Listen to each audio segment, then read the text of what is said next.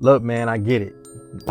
It's hard to keep up with all these different types of cables and how they interconnect in the studio. Well, today we're gonna talk about 4 of them. One of them is gonna be the DB25 to DB25, DB25 to breakout, PDIF, and AES breakout cable. So why would I use a DB25 or DB25? Well, I don't want to use 8 XLR individual cables to plug up some of my gear. For example, I have a Flock Audio patch bay which uses DB25 connections in the back. All right. Now I need that to go, 2 of these cables to go to my inputs and outputs of my Apogee Symphony, which also takes DB25 connections. Makes 0 sense to use 8 XLR cables when I could just use one of these guys. Now, if you look closely, these are 25 pins. That's why they call it DB25. I believe the 13th pin is the only one that's not used in this, but they're used in groups of 3s. One is going to be your ground and the other 2 are going to be your hot and cold. So 24 divided by 3, 8 channels. You can run 8 channels with one of these guys right here. So as you already know, one DB25 cable can do up to 8 channels.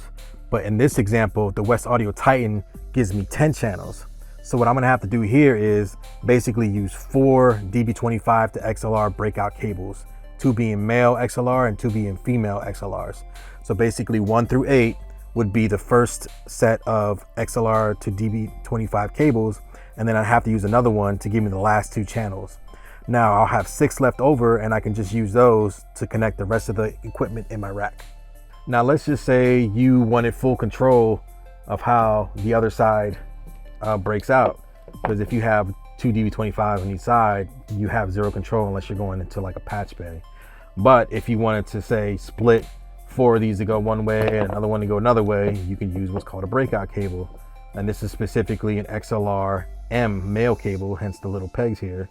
And yeah, you can basically use this cable to kind of manipulate, you know, what goes where versus having to be stuck with a DB25 and DB25 connection. Now for the PDIF cable, this is what I'm using to go out of my Burrow analog to digital converter back into my Apogee Symphony's PDIF input. So I am essentially capturing all of my analog process stereo signal with one PDIF cable back into my Apogee Symphony. Now for AES connections, you have to have an audio interface that will actually support it.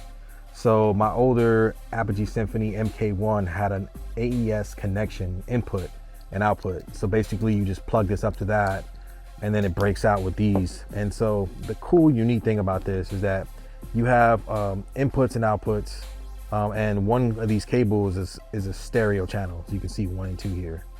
So before, when I had my Apogee Symphony MK1, this would go into my Apogee Symphony and I would plug AES in 1 and 2 from my Burrow analog to digital converter. And then when I got the MK2 Apogee Symphony, I switched over to the PDIF cable essentially. But you can do, you know, either or. It gives you both options.